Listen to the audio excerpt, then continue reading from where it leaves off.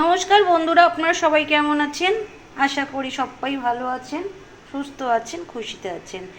এখানে দেখুন, এটা সয়াবিন। তো এটাকে আমি একটু জলে, দেখতেই পাচ্ছেন, একটু বয়েল করে নিয়েছিলাম। হ্যাঁ, খুব একটা বেশি বয়েল করিনি, তাহলে তো গলে যাবে। বয়েল করে এটা আবার ঠান্ডা জলে দুবার আমি ধুয়েও নিয়েছি। আর এখানে দেখুন অল্প একটু কুচনো পেঁয়াজ আছে, এই যে একদম অল্প একটু কুচনো পেঁয়াজ। এখানে একটু আলু নিয়ে নিয়েছি, আর এখানে আদা রসুন পেস্ট। তো আসুন বন্ধুরা, রাঁধতে রাঁধতে বাকিটা দেখে নিই। কড়াইতে তেল দিয়েছিলাম, তেলটা গরম হয়ে গেছে। আমি এখানে একটু তেজপাতা দিয়ে দিলাম,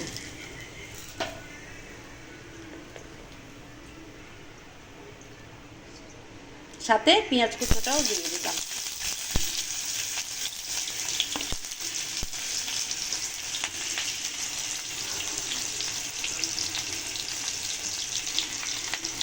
আলুগুলোও দিয়ে দিলাম। এবার এগুলো একটু মিনিট 2-3 ধরে একটু ফ্রাই করব। বন্ধুরা, আমি এটা অনেকটাই ফ্রাই করেছি, দেখতে পাচ্ছেন পেঁয়াজগুলো বাদামি হয়ে গেছে।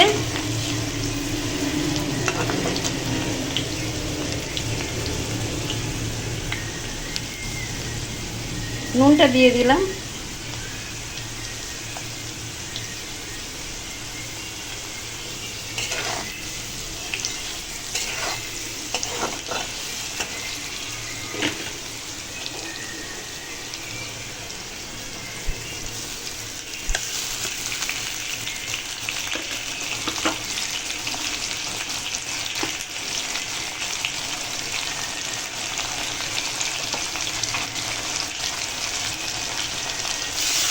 একটু জল দিয়ে দিলাম বন্ধুরা, না হলে নিচ থেকে পুড়ে যাবে।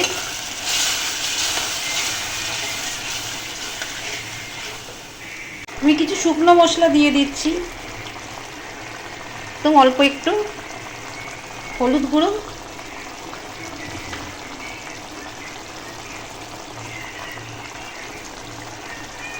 ধনে গুঁড়ো, জিরে গুঁড়ো,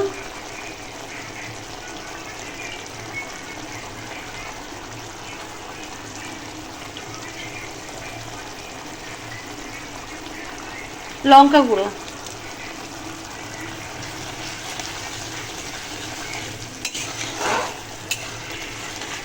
এটা একটু ভালো করে কষে নেব। সাথে আমি সয়াবিন বড়িটাও দিয়ে দিলাম।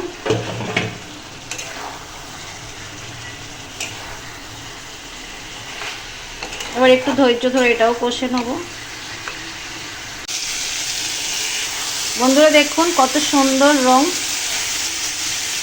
আমি কিন্তু এর মধ্যে কাশ্মীর লাল মির্চ ব্যবহার করিনি, যে ঝাল লঙ্কার গুঁড়ো হয় আমি ওটাই দিয়েছি, দেখেওছেন। কিন্তু রং দেখুন কত সুন্দর। রান্নাতে কষাটাই আমার মনে হয় বেশি দরকার। অনেক আগে আমার একটা বান্ধবী ছিল, নন বেঙ্গলি, সে আমায় বলেছিল যে খুব ভালো করে কষবি, এমনি রং চলে আসবে। আমার এখনও মনে আছে। তো এটা তো হয়ে গেছে কষে, এবার আমি জল দিয়ে দিলাম। আর জলও আমি অল্প দেবো, কারণ কষতে কষতে আলুটা প্রায় সেদ্ধ হয়ে গেছে।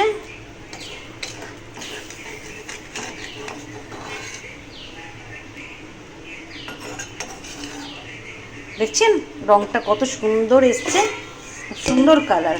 তো এবার আমি একটু ঢেকে দিই, মিনিট 5 পর ফিরে আসবো। আমি এইমাত্র ঢাকনাটা খুললাম। একটু গরম মশলা, এবার গ্যাসটাকে আমি অফ করে দিলাম। আপনারা চাইলে এতে একটু ঘিও দিয়ে দিতে পারেন 1 চামচ।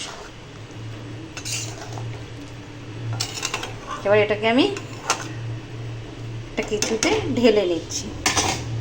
তো বন্ধুরা দেখুন, আলু সয়াবিন তরকারি হয়ে গেছে। আমি বেশি এর মধ্যে ঝোল রাখিনি।